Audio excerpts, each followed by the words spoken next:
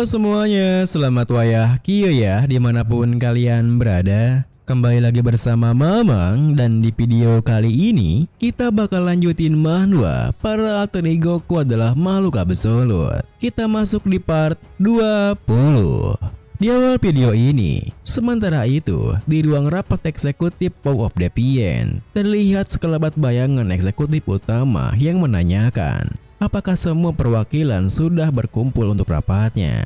Sehingga para perwakilan yang sudah menunggunya pun menunjukkan kehadirannya, seperti perwakilan dari Kaisaran serta perwakilan dari Timur. Dan meski seharusnya masih ada satu perwakilan lagi, eksekutif utama memberitahu mereka jika Nurabe perwakilan dari utara tak bisa hadir karena telah tewas. Terlebih karena sekarang semuanya pastilah sudah mendengar kabar itu. Eksekutif utama mengatakan keresahannya, di mana para anggotanya masih tak tahu bagaimana pasukan Suci dan High Elf berhasil melacak Nurabe, yang membuat eksekutif dari Kaisaran berkomentar, bukankah mereka semua jadi terlalu berceroboh? Dimulai dari Marcos yang mengkultivasi fragmennya, dan bahkan sekarang Nurabe yang bersembunyi juga sudah dikalahkan. Tentu saja, apa yang dikatakannya membuat eksekutif utama merasa kesal, karena menurutnya, kebangkitan pasukan suci pasti akibat dari kemunculan keturunan Sang Immortal King. Meskipun begitu,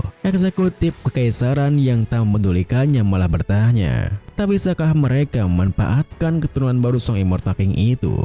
Yang buat eksekutif utama memecahkan lidahnya.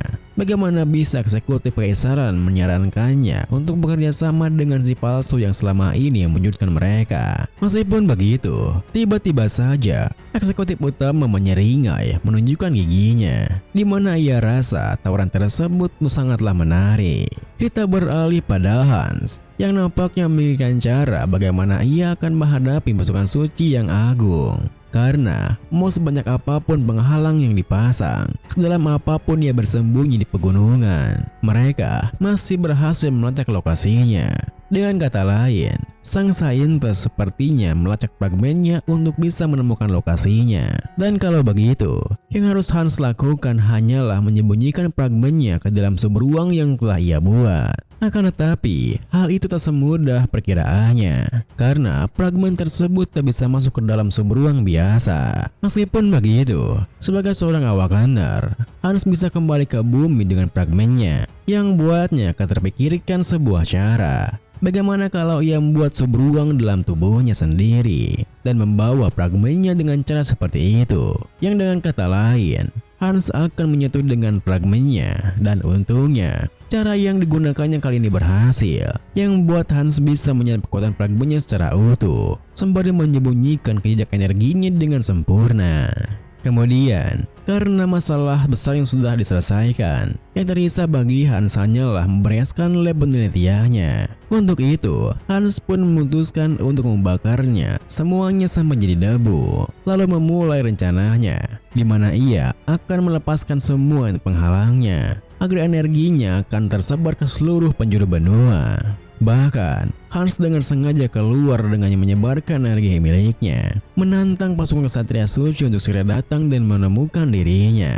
Tentu saja, tak butuh waktu lama bagi Tuan Rapori yang menggunakan berkat pohon dunia untuk bisa menemukannya. Hingga Tuan Rapori yang berada di Kult Suci Agung Roselia pun segera memberitahukannya pada Archbishop Latius jika Sang Immortal King ada di hutan monster di bagian barat benua.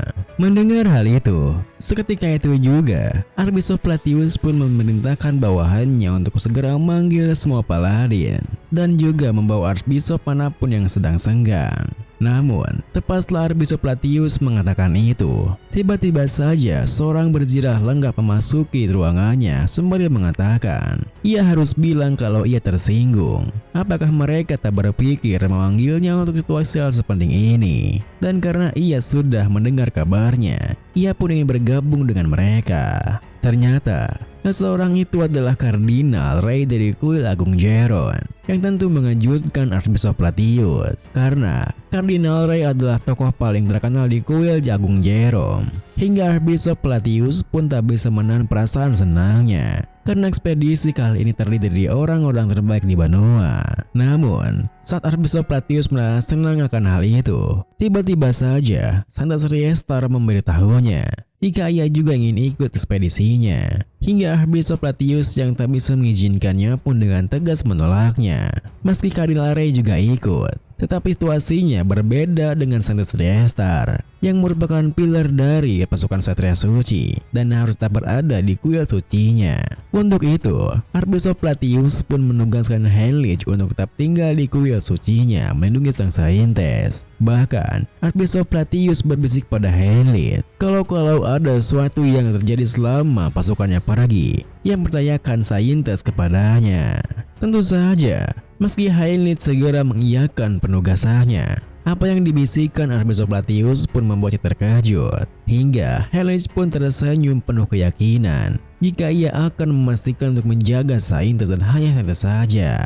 Kemudian, setelah pasukan ekspedisinya berkumpul, Archbishop Platinus yang memimpin mereka pun dengan lantang mengatakan, sebentar lagi, sekali lagi mereka akan menghadapi mimpi buruk benua ini. Namun, mimpi buruk itu tak boleh menjadi apapun selain mimpi, karena Yang Maha Suci mengawasi mereka untuk kedamaian dan pengampunan bagi mereka semua. Tepat setelah mengatakan itu, Archbishop Platinus pun memimpin pasukannya pergi menggunakan teleportasi. Hingga Heinrich yang melihat raut wajah sedih Saintes Riestar pun menenangkannya untuk jangan terlalu khawatir, karena ia yakin semuanya akan kembali dengan selamat. Mendengar hal itu, Santas Riestar yang berharap akan kebenaran kata-katanya pun bertanya, apakah Yang Maha Suci telah memberinya sebuah ilham? Heinrich yang hanya berniat untuk menenangkannya pun tersenyum menyangkalnya. Ia memang tak mendapatkan ilham apapun, tetapi untuk beberapa alasan, intuisinya memanglah seperti itu.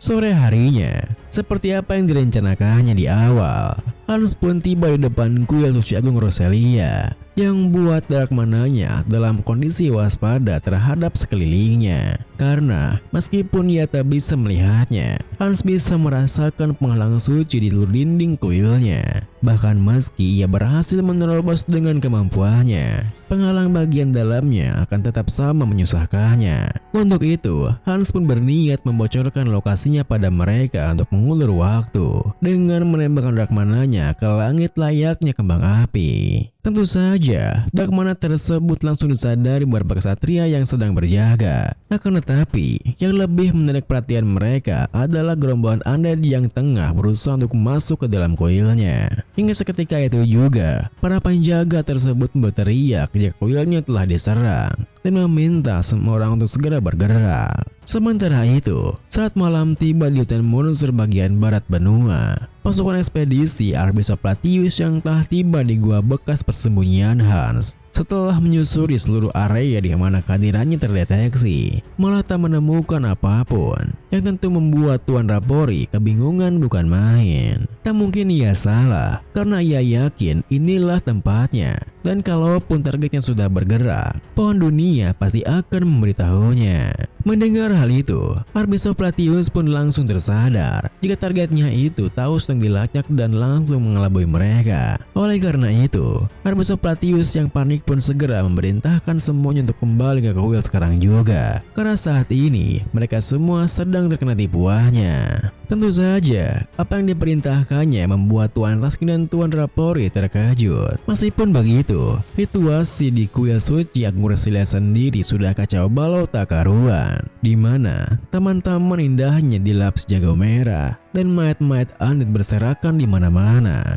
Dan yang paling parah adalah Hans berhasil menembus penghalang di ruang bawah tanah kuilnya, di mana akhirnya ia bisa menemukan fragmen terakhir dari sang Immortal King. Video ini pun diakhiri dengan tanpa tahu juga pasukan ekspedisi Archbishop Platinus telah menyadari tipuannya. Hans yang berada tepat di depan fragmennya pun segera menarik fragmennya masuk ke dalam sumber ruang di tubuhnya. Karena sekarang saat kebangkitan sang Immortal King telah tiba.